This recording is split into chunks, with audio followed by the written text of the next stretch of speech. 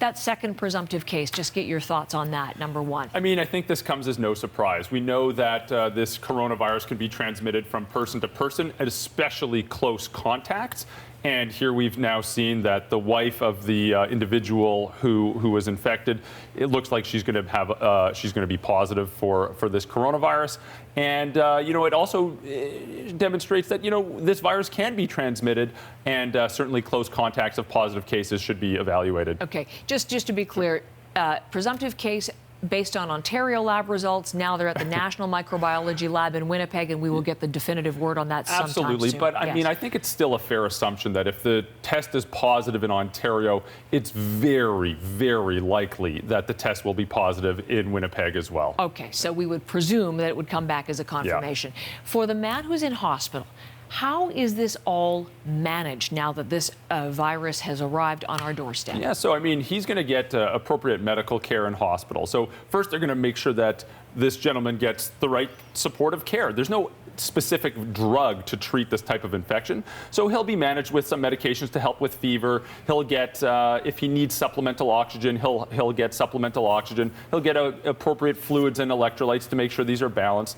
And, it sounds like he's doing rather well. So stable condition. Yeah, supplemental oxygen, is that through ventilators? If need be, but it does not sound like this is the case. Okay. But with the more severe cases, for example, in China that we've heard about, some people have required some supplemental oxygen. Okay, so on the ventilator question, I was just recalling SARS from covering it all those years ago, and one of the issues at that time, I mean, health officials now keep saying we've learned all the lessons of SARS, we won't repeat the mistakes, but one of the things that happened then was there was a shortage of ventilators in Ontario hospitals. Yeah. Is that a situation that's been rectified in case? Yeah, certainly we've come leaps and bounds since SARS, and we've prepared not just at the clinical level, but also at the public health level to ensure that if there is an influx of cases of this exact event, a respiratory virus, be it this new coronavirus, be it a really bad flu year, we have the capacity to manage such cases in the emergency departments, on the hospital wards, and if need be, in intensive care units. Okay.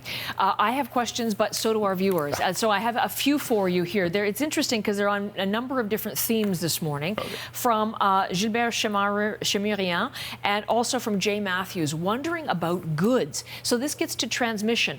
Human to human, we know it's happening, but with all of the goods and things that people order coming into Canada and to Canadians from China, any indication that it could be transmitted from someone who might have handled it back in China? No. I mean, this is just not going to happen. I mean, of course, we have the flow of goods and significant trade between China. We're not going to get cases of this coronavirus through that. Okay. Yeah. What about airlines? A number of people are wondering whether airlines are taking sufficient measures in order to protect all of the people in the air coming, not just, it's shut down out of Wuhan now, but elsewhere. Right. I mean, it's interesting because there's variability in how airlines disinfect their planes based on what they do to disinfect their planes and the frequency in which they disinfect their planes. Now, of course, as we're in this era of the spread of infections through air travel and acquiring infections on planes, I think it's time for airlines to step this up and ensure that their planes are disinfected more regularly with appropriate measures. We haven't heard anything specifically about what they are doing. Certainly you see the signs in the airports and people are taken aside if they do report feeling unwell, but that's an aspect that we'll have to look for as far as how airlines specifically are responding. Getting a number of people wondering about travel themselves and their plans, given the number of countries in Asia that are seeing cases now, France, North America. We're worried about the spread, worried about taking a cruise. Should we rethink travel plans? What's your advice on that at this point? At this point, as of today, I think it's just a good idea to pay attention to the news and watch for reports from public health authorities on how this evolves. Currently, I wouldn't change anything. I mean, obviously, there's the area of Wuhan which people can't travel to if they wanted to now because of the travel bans. But I mean, outside of that area, there's no evidence as of today for ongoing high risk because of sustained transmission outside of that region. So if people have travel plans to other areas, I wouldn't change them as of today. But in the same breath, I think we have to be wary and we have to pay attention to how this evolves, because that could change in the coming days.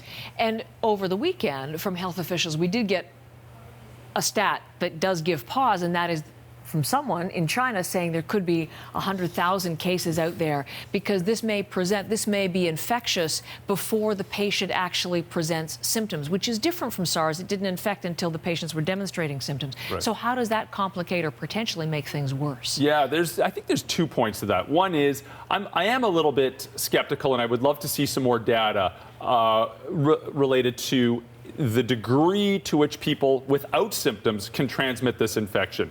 I mean, certainly we know that with almost any other respiratory virus that we've ever known of, if people are symptomatic and coughing and sneezing, it certainly increases the chance of transmission.